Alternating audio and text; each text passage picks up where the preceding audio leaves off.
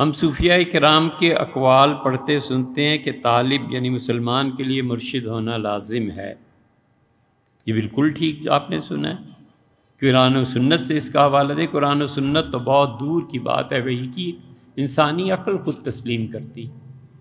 آپ پڑھنے کے لیے اسکول نہیں جاتے، آپ ڈاکٹر کے پاس دوا لینے نہیں جاتے، انجینئر کے پاس گھر بنانے کی ترکیب نہیں آپ پوچھتے، نقشہ نہیں بناتے۔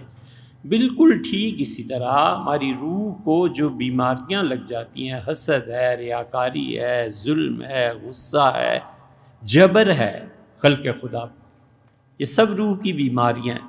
اس کا علاج کرنے کے لیے جس آدمی کے پاس جاتے ہیں کہ حضرت آپ کو اللہ نے ہم سے زیادہ علم دیا، ہم سے زیادہ آپ کو خدا نے اپنی یاد کی توفیق بخشی ہے، میں اس مرحلے سے گزر رہا ہوں، بیمار ہے میری روح، اس کا علاج کرنا ہے، وہی پیر و مرشد ہوتا ہے، وہی شیخ ہوتا ہے، وہی صوفی ہوتا ہے، وہی بابا ہوتا ہے۔ اس میں کون سی چیز ہے جس کا انکار کرنا ہے؟ اگر اس کا انکار کرنا ہے تو پھر ڈاکٹر کے پاس بھی نہیں جانا چاہیے، اپنے علاج خود ہی کرتے رہنا چاہیے۔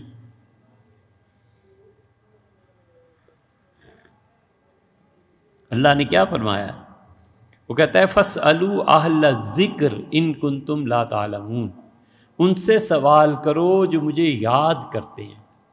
اب اس کی ذرا سی گہری تفسیر میں جائیں نا تو یہ نہیں فرمایا ان سے پوچھو جو علم رکھتے ہیں، فرمایا ان سے سوال کرو جو مجھے یاد رکھتے ہیں۔ ذکر کہا ہے تو ان مشائخ کی زندگیوں میں ذکر اور مراقبات سراپا ذکر اور سراپا مراقبہ ہو جاتے ہیں۔ اللہ تعالیٰ جو انہیں ڈھنگ سکھاتا ہے وہ تربیت کرتے ہیں، وہ کون سا کتاب و سنت کے باہر جاتے ہیں۔ اہل شریعت، اہل طریقت، اہل معرفت، ہر ایک کا اپنا اپنا درجہ ہے۔ ہم بہت چھوٹے ہیں بھیا، ہمیں سیکھنا چاہیے، ابھی بہت کچھ سیکھنا چاہیے۔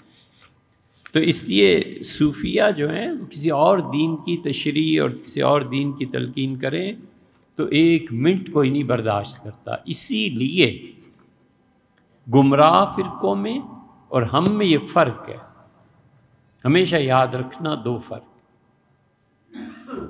ایک دعویٰ کرے گا پھر کہے گا خدا کی کتاب میں یہ آتا ہے، بڑا احسان ہوگا تو کہے گا حدیث میں یہ آتا ہے، اس کے بعد جس کی وہ عبادت کرتا ہے اور پوجتا ہے اور جس کو اپنا مانتا ہے اس کی بات۔ مثلا غریبوں کو کھانا کھلاؤ، اللہ نے یہ قرآن میں کہا ہے، پھر کہے گا حدیث میں آیا ہے، پھر کہے گا غلام احمد پرویز صاحب ہمارے حضرت نے یہ کہا۔ یہ جو بیچ میں 12-13 صدیاں ہیں ان کا کوئی نام نہیں، ہمیشہ اس لیے کہ پڑھا نہیں ہوتا۔ تم کہو یار رازی نے یہ لکھا ہے، غزالی نے، مفسرین ہیں، محدثین ہیں، چلو اس کے بعد تم نے جس آدمی کی تشریحات پڑھ لی۔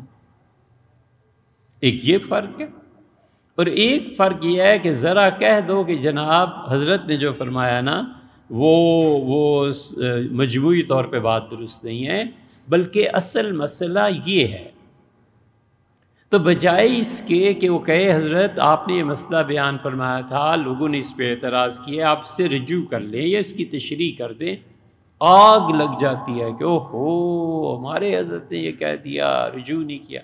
حالانکہ امت اب تک رجوع کرتی ہے، اب تک اہل علم رجوع کرتے، کہتے ہیں یہ غلطی ہو گئی، یہ مسٹنگ تھی، یہ سلپ ہو گئی زبان، اس وجہ سے ہو گیا، اچھا بھیا میں نے آدھا پڑھا تھا باقی نہیں پڑھ سکتا، وغیرہ وغیرہ، رجوع کرتے رہتے ہیں، اور ہونا ہی چاہیے۔ سارا علم اللہ نے کس کو دیا؟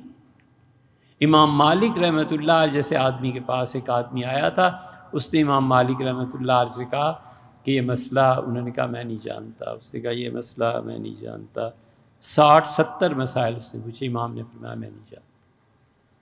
اس نے کہا میں لوگوں کو جا کے کیا کہوں گا، نام اتنا آپ کا؟ تو کہنے لگا لوگوں سے کہنا کہ مالک سے میں نے پوچھا تھا، مالک کہتا تھا میں نہیں جانتا۔ سمپل بات، کیا ضرورت ہے غلط جواب دے کے اللہ کے یہاں پہنچنے کی؟ اس لیے اہل حق ہمیشہ رجوع کرتے ہیں اپنے مشائخ کے کہے ہوئے کے خلاف بھی ادب احترام کے ساتھ رجوع کرتے ہیں کہ حضرت آپ کا تحقیق ہوگی مگر یہ تحقیق، اور دوسرے کتاب سنت کے بعد ہمیشہ یہی نہیں لے آتے کہ پرویز صاحب نے کہ فلاں نے نہیں ہے، فلاں نے، کچھ بھی نہیں یار، پہلے امت کو دیکھ لو انہوں نے کیا لکھا ہے، کیوں نئے فرقے بناتے ہو، کیوں اسلاف پر اعتماد اٹھاتے ہو، سیدھی اسلاف پر جو شاذ اقوال ہیں ہم تو اس کے قریب نہ پھٹکیں۔ اسلاف میں یہ فتویٰ دیا گیا ہے کہ باندی اہل کتاب میں سے نہ ہو، مشرکہ ہو، شرک کرتی ہو، تو بھی اس سے تعلقات بیوی کی طرح رکھنا جائز ہے، ایک دو مل جائیں گے۔ اب ایک آدمی کہتا ہے خدا نے کہا باندی، حضرت نے کچھ نہیں، حضرت کے اس قول کو سب نے رد کر دیا ہے۔ انہوں نے کہا اگر وہ باندی مشرکہ ہے تو کوئی صورت نہیں ہے، باندی اہل کتاب میں سے ہونی چاہیے، سیدھی سادی سی بات، کئی مثالیں۔